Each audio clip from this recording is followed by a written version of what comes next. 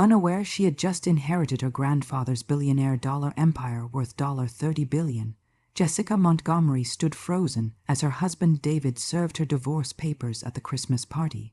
His smirk widening while colleagues whispered in champagne flutes paused midair, completely unaware of her $30 billion fortune that would arrive in her inbox in exactly 47 minutes.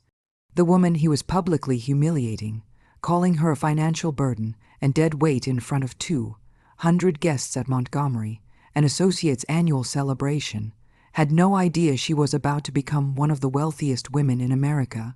But what happened when her phone buzzed with that life-altering email would shatter him in ways he never imagined.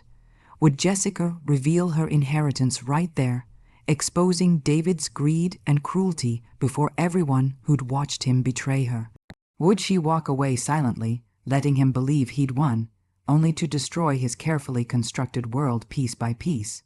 And what would David do when he discovered the worthless wife he just discarded at the Christmas party was actually the sole heir to a $30 billion fortune? The very empire his law firm had been desperately trying to secure as a client for 3 years. The crystal chandeliers of the Grand View Hotel ballroom cast prismatic light across 200 faces, all of them now turned toward Jessica Montgomery.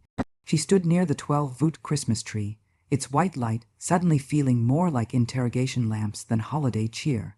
The envelope in her hand, cream-colored, expensive, the kind lawyers used for important documents, seemed to pulse with its own malevolent energy. David stood 3 feet away, his Tom Ford tuxedo immaculate, his expression a carefully crafted mixture of regret and superiority. She recognized that look. She'd seen it 1,000 times over their 7-year marriage, usually right before he explained why she was wrong about something. Why her opinions didn't matter. Why she should just trust his judgment.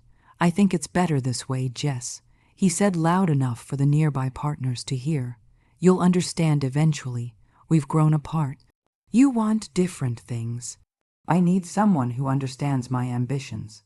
Jessica's fingers tightened on the envelope. Through the floor-to-ceiling windows behind David, she could see snow beginning to fall over downtown Chicago, each flake illuminated by the city lights. It should have been beautiful. It should have been romantic. Instead, it felt like watching her life disappear into a blizzard. At the Christmas party, the words came out steadier than she felt. "You're doing this at your firm's Christmas party." "Our firm," he corrected, then caught himself. "Well, my firm. You never really worked here, did you?" His smile was thin, sharp as a paper cut. "I thought it would be easier this way. Clean, public, no drawn-out drama." Rachel Morrison, one of the senior partners, stood near the bar with her husband.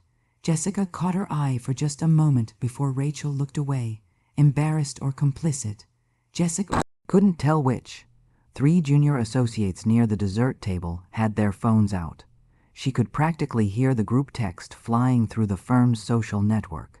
"David, can we at least talk about this privately?"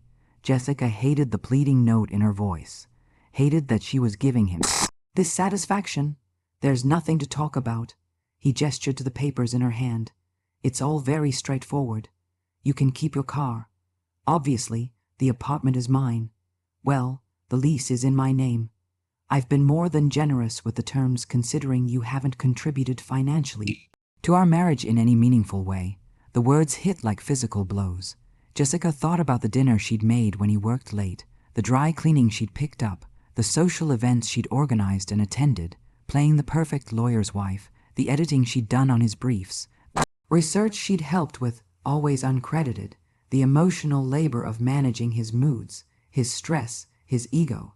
But he was right about one thing. She hadn't contributed